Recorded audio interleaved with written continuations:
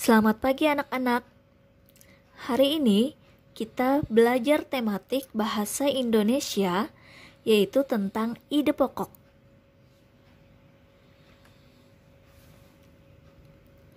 Pengertian ide pokok. Ide pokok adalah ide atau gagasan yang menjadi dasar pengembangan paragraf. Ide pokok disajikan ke dalam bentuk kalimat utama. Kalimat utama ini dijelaskan oleh kalimat-kalimat lain yang disebut dengan kalimat penjelas atau pengembang.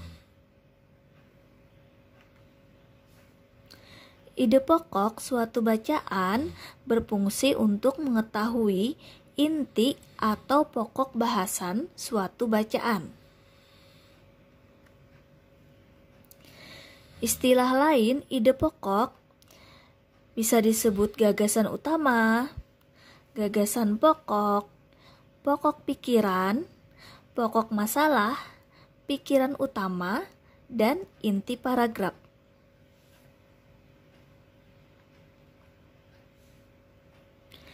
Ciri-ciri ide pokok yang pertama, berupa pikiran utama atau gagasan utama.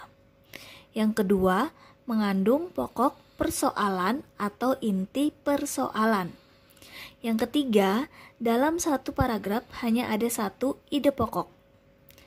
Ide pokok dituangkan dalam suatu kalimat yang disebut dengan kalimat utama. Nah, jadi di dalam kalimat utama itulah terdapat ide pokok.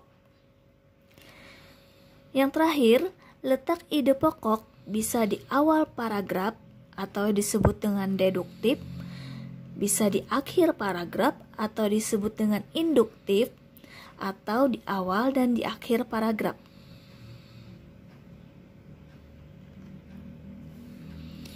Cara menemukan ide pokok. Yang pertama, kalian harus membaca seluruh paragraf dengan cermat. Yang kedua, cermati kalimat pertama hingga kalimat akhir. Yang ketiga, tandai informasi penting dalam setiap paragraf. Yang keempat, tandai ide pokok setiap paragraf.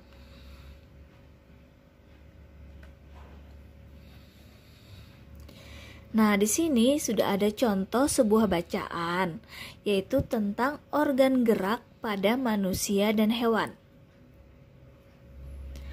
Makhluk hidup akan bergerak apabila ada rangsangan yang mengenai sebagian atau seluruh bagian tubuhnya. Salah satu sifat makhluk hidup adalah bergerak atau berpindah dari satu tempat ke tempat yang lain. Cara makhluk hidup bergerak bisa bermacam-macam, misalnya dengan berjalan, berlari, terbang, berenang, atau merayap. Hewan bergerak untuk mencari makan ataupun melindungi diri dari pemangsa. Gerak pada manusia dan hewan menggunakan organ gerak yang tersusun dalam sistem gerak. Alat gerak manusia dan hewan berupa tulang atau alat gerak pasif dan otot atau gerak aktif. Tulang disebut alat gerak pasif karena tidak dapat bergerak sendiri. Tanpa adanya alat gerak aktif yang mempengaruhi tulang akan diam dan tidak dapat membentuk alat pergerakan yang sesungguhnya. Sementara itu, otot disebut alat gerak aktif karena memiliki suatu senyawa kimia yang membuatnya dapat bergerak. Pada saat otot yang menempel pada tulang bergerak, otot akan membuat tulang bergerak. Menurut jenisnya, hewan dibagi menjadi dua, yaitu hewan bertulang belakang yang disebut dengan vertebrata dan hewan tidak memiliki tulang belakang yang disebut avertebrata. Sistem gerak pada vertebrata dan avertebrata memiliki fungsi yang sama, yaitu berhubungan dengan bentuk rangka dan tubuh hewan. Walaupun hewan tersebut berpindah tempat dengan cara berbeda satu sama lain. Nah, dari bacaan ini kita diminta untuk mencari kalimat utama dan ide pokok dari masing-masing paragraf. Di bacaan tersebut sudah terdapat 3 paragraf. Nah, kita lihat paragraf yang pertama. Paragraf pertama, kalimat utama terletak di mana ya? Kalimat utama terletak di awal paragraf, yaitu makhluk hidup akan bergerak apabila ada rangsangan yang mengenai sebagian atau seluruh bagian tubuhnya. Nah, kalian ingat ya, ide pokok itu terletak di kalimat utama. Jadi, ide pokok paragraf pertama yaitu makhluk hidup akan bergerak apabila ada rangsangan yang mengenai bagian tubuhnya. Itu adalah ide pokok paragraf pertama. Sekarang kita bisa lihat paragraf kedua. Kalimat utamanya terletak di mana ya? Di awal, di akhir, atau di awal dan di akhir? Ya, kalimat utama terletak di awal paragraf, yaitu gerak pada manusia dan hewan menggunakan organ gerak yang tersusun dalam sistem gerak. Itu adalah kalimat utamanya. Sedangkan ide pokoknya adalah gerak pada manusia dan hewan menggunakan organ gerak. Itu adalah ide pokok paragraf kedua. Yang ketiga, paragraf ketiga, kalimat utamanya terletak di awal paragraf juga ya.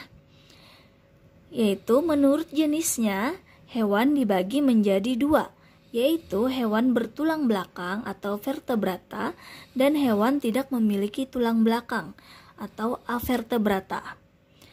Sedangkan ide pokoknya adalah menurut jenisnya, hewan dibagi menjadi 2, yaitu vertebrata dan avertebrata. Itu adalah ide pokok paragraf ketiga.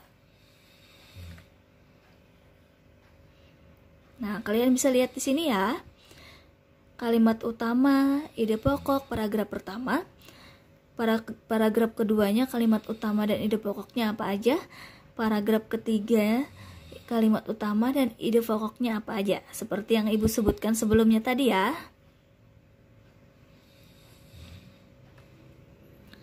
Nah, untuk tugas kalian hari ini, Ibu minta kalian mencari ide pokok dari masing-masing paragraf bacaan berikut ini.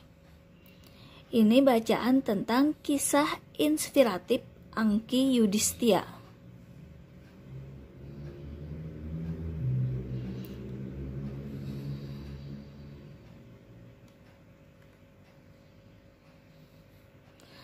Di bacaan ini terdapat 5 paragraf ya, jadi nanti kalian mencari 5 ide pokok dari masing-masing paragraf.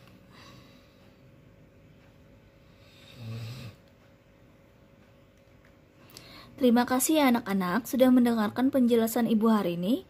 Semoga kalian bisa mengerjakan tugas-tugas yang Ibu berikan. Terima kasih.